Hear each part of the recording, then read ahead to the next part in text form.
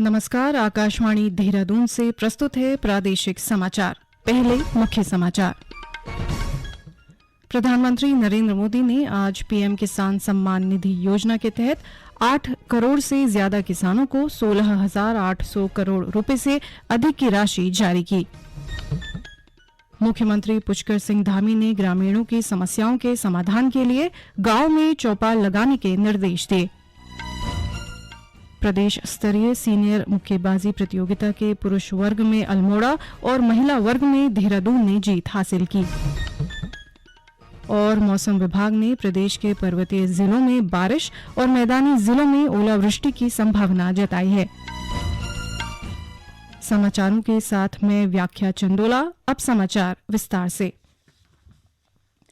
प्रधानमंत्री नरेंद्र मोदी ने आज कर्नाटक से प्रधानमंत्री किसान सम्मान निधि के अंतर्गत 8 करोड़ से अधिक लाभार्थी किसानों को 16,800 करोड़ रुपए से अधिक की 13वीं किस्त जारी की। इस अवसर पर प्रधानमंत्री ने कहा कि अब किसान सरकार की प्राथमिकता में है। इस योजना के माध्यम से देश के छोटे किसानों के बैंक खातों में करीब 2 लाख करोड़ रुपए से अधिक की राशि जमा की जा चुकी है।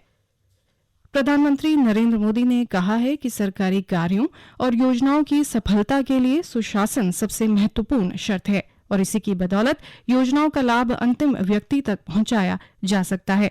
बजट उपरांत अंतिम छोर तक पहुंच कोई भी नागरिक पीछे न छूटे विषय पर वीडियो संदेश के माध्यम से वेबिनार को संबोधित करते हुए प्रधानमंत्री ने कहा कि सरकार ऐसा प्रयास कर रही है कि समाज के अंतिम व्यक्ति तक लाभ पहुंचे। इस वेबिनार से लास्ट माइल डिलीवरी से जुड़े नए विचार, नए सुझाव, इस मंथन में से वो अमृत निकलेगा जो हमारे दूर दराज के क्षेत्रों में आखिरी छोर पर बैठे हुए हमारे भाई बहन हैं, उनके जीवन में बदलाव लाने के लिए हमें टेक्नोलॉजी का सर्वाधिक उपयोग करते हुए ट्रांसपेरेंसी को सुनिश्चित करना है। हितधारक सही हो, उसको मिलने की व्यवस्था उसके काम आने वाली हो और समय सीमा में मिले। मुख्यमंत्री पुष्कर सिंह धामी ने मंत्रियों और अधिकारियों को ग्रामीणों की समस्याओं के समाधान के लिए गांव में चौपाल लगाने के निर्देश दिए हैं। मुख्यमंत्री ने बताया कि 25 दिसंबर से गांवों में चौपाल का आयोजन किया जा रहा है। चौपाल में समस्या समाधान के साथ ही लोगों को जन कल्याणकारी योजनाओं की जानकारी भी दी जा रही है। अभी हम लोगों ने ये 25 दिसंबर से ये चौपाल का कार्यक्रम और ग्राम सभा स्तर पर जाकर संवाद के कार्यक्रम प्रारंभ किए हैं और कार्यक्रम क्रियान्वयन विभाग अब ठीक से इसकी रूपरेखा बना रहा है। सचिवगण भी और माननीय मंत्रीगण भी, हमारे सभी जनप्रतिनिधिगण और माननीय सांसदों से भी हमने अनुरोध किया है कि वह भी जो हमारे संगठन की योजना है उस योजना के अनुरूप अपना समय देकर सभी लोग जाएंगे और मिलजुल कर सभी संवाद करके लोगों के बीच में से जो सुझाव आएंगे और जिन पर काम करना है, जहाँ पर जरूरत है, उस जरूरत के अनुरूप सबकी बातें जब आ जाएंगी तो उस पर काम होगा। बागेश्वर जिले से ग्राम प्रधान कविता देवी और देहरादून जिले से निकिता चौहान को अपने गांव को आदर्श गांव बनाने के लिए स्वच्छ सुजल शक्ति सम्मान 2023 से सम्मानित किया जाएगा। उन्हें 4 मार्च को नई दिल्ली के विज्ञान भवन में राष्ट्रपति द्रौपदी मुर्मू और केंद्रीय जल शक्ति मंत्री गजेंद्र सिंह शेखावत सम्मानित करेंगे। मुख्यमंत्री पुष्कर सिंह धामी ने कविता और निकिता को बधाई देते हुए कहा कि प्रदेश की महिला ग्राम प्रधानों को सम्मान मिलना गौरव का विषय है। ये सम्मान उत्तराखंड में जमीनी स्तर पर महिला नेतृत्व के असाधारण योगदान का सम्मान है। ये सम्मान उन सभी लोगों को प्रेरित करेगा जो अपने गांव को स्वच्छ बनाने और गांव में जल संरक्षण के लिए कार्य कर रहे हैं। ये समाचार आप आकाशवाणी देहरादून से सुन रहे हैं। प्रदेश स्तरीय सीनियर महिला और पुरुष मुक्केबाजी प्रतियोगिता के पुरुष वर्ग में अल्मोड़ा और महिला वर्ग में देहरादून ने जीत हासिल की। पुरुष वर्ग में देहरादून के मनीष और महिला वर्ग में बेस्ट बॉक्सर का खिताब पौड़ी जिले की अंजलि रावत को दिया गया। पुरुष वर्ग में बेस्ट चैलेंजर का अवार्ड चंपावत के हिमांशु गोनी के नाम रहा, जबकि बेस्ट चैलेंजर महिला वर्ग का खिताब पोसीन पंथ देहरादून के नाम रहा। सर्वश्रेष्ठ कर्मचारी का अवार्ड पंकज कुमार को दिया गया। पुरस्कार वितरण के साथ ही टिहरी जिले में चल रही प्रतियोगिता का समापन हुआ। मुख्यमंत्री पुष्कर सिंह धामी ने ऊर्जा, खनन और वन विभाग को राजस्व प्राप्ति बढ़ाने के निर्देश दिए हैं। देहरादून में राजस्व की समीक्षा बैठक में मुख्यमंत्री ने कहा कि राजस्व प्राप्ति बढ़ाने के लिए विभागों को ऑनलाइन व्यवस्था पर ध्यान केंद्रित करना होगा ताकि कार्य करने में सुविधा हो और व्यवस्था में पारदर्शिता बनी रहे। उन्होंने कहा कि विभागों को राजस्व बढ़ाने के लिए अन्य प्रदेशों के बेहतर प्रयासों का भी गहनता से अध्ययन करना होगा।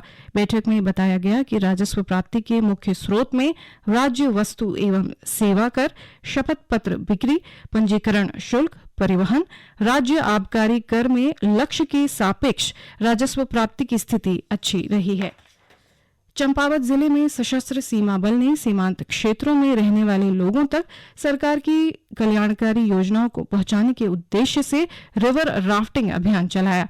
48 सदस्यीय दल ने काली नदी में जौलजीबी पिथौरागढ़ से टनकपुर बूम तक 115 किलोमीटर तक रिवर राफ्टिंग की। सीमा सुरक्षा बल 5वीं वाहिनी के महानिदेशक डॉक्टर परेश सक्सेना ने बताया कि अभियान का उद्देश्य भारत नेपाल सीमा की सुरक्षा के साथ ही सीमांत क्षेत्रों में तस्करी को रोकना भी है। उन्होंने बताया कि राष्ट्र विरोधी गतिविधियों और घुसपैठ को रोकना एसएसबी की मुख्य जिम्मेदारी है, जिसके लिए एसएसबी दृढ़ संकल्पित है। भारत और नेपाल की दोस्ती को और आगे बढ़ाने के लिए और ये जो नेचुरल बाउंड्री रिवर काली से जो बना हुआ है, इसका भी पहचान कराने के लिए कहाँ पर कमजोरी है और कहाँ पर हमारा नुकसान हो सकता है, ये भी देखभाल करने की, चाहे हम करो चाहे वो नेपाल करो, ये दोनों देश के लिए भलाई के लिए कर रहा हूँ। ये दोनों देश की दोस्ती को और ज्यादा मजबूती बनाने के लिए, ताकि तीसरी देशी इसका फायदा ना उठाए, इस बारे में हमारे जवानों को भी जानकारी देने के लिए उनको डिटर्मिनेशन मोटिवेशन को बढ़ाने के लिए ये किया जाता है। दल के सदस्यों को महानिदेशक ने पुरस्कार देकर सम्मानित किया। कुमाऊं मंडल में खड़ी होली की धूम है। होलियाष्टक के साथ ही कुमाऊं भर में खड़ी होली का गायन शुरू हो गया है। इसी के तहत चंपावत जिले में होली और वसंतोत्सव का आयोजन किया जा रहा है। क्षेत्र के विभिन्न स्थानों से होलियारे इसमें प्रतिभाग कर रहे हैं। होली के जानकार डॉक्टर प्रकाश चंद्र शूल बताते हैं कि होलियाष्टक से एकादशी तक खड़ी होली का गायन किया जाता है। उनका कहना है कि होली गायन से पहले चिर बंधन किया जाता है और कुमाऊं क्षेत्र में इसे पूरे उल्लास के साथ मनाया जाता है। आज होलाष्टक है, इस दिन जो है चीर बंधन किया जाता है और ये हमारी जो मान्यता है कि हमारी जो होलियां हैं ये होलाष्टक से ही शुरू हो जाती हैं और ये दंपति टीका तक रहती हैं और एकादशी को जो कि आम्र की एकादशी है उस दिन रंग डाला जाता है, इसे रंग भरनी एकादशी भी कहते हैं। मौसम विभाग ने अगले 3 दिन के लिए प्रदेश के पर्वतीय जिलों में बारिश और मैदानी जिलों में ओलावृष्टि का येलो अलर्ट जारी किया है। उत्तरकाशी, चमोली व पिथौरागढ़ जिलों में अगले 3 दिन बारिश और बर्फबारी की संभावना जताई गई है। मौसम विभाग के निदेशक विक्रम सिंह के अनुसार मौसम बदलने से तापमान में गिरावट आएगी। उन्होंने कहा कि इस बार जनवरी और फरवरी में काफी कम बारिश दर्ज की गई है। रुद्रप्रयाग जिले के जिलाधिकारी मयूर दीक्षित ने राजकीय प्राथमिक विद्यालय में डिटॉल स्कूल हाइजीन कार्यक्रम का शुभारंभ किया। कार्यक्रम का उद्देश्य जिले के प्राथमिक विद्यालयों में अध्ययनरत छात्र छात्राओं को स्वास्थ्य और स्वच्छता के प्रति जागरूक करना है। जिलाधिकारी ने बताया कि कार्यक्रम के तहत जिले के 100 प्राथमिक विद्यालयों का चयन किया गया है, जिसमें बच्चों को बेहतर साफ सफाई व्यवस्था बनाए जाने के लिए कार्यक्रम आयोजित किए जा रहे हैं। इसमें विकासखंड अगस्त्य मुनि के 50 और विकासखंड जखोली के 50 विद्यालयों को शामिल किया गया है।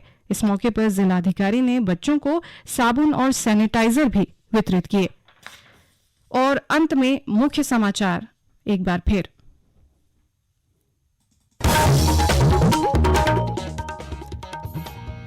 प्रधानमंत्री नरेंद्र मोदी ने आज पीएम किसान सम्मान निधि योजना के तहत 8 करोड़ से ज्यादा किसानों को 16,800 करोड़ रुपए से अधिक की राशि जारी की।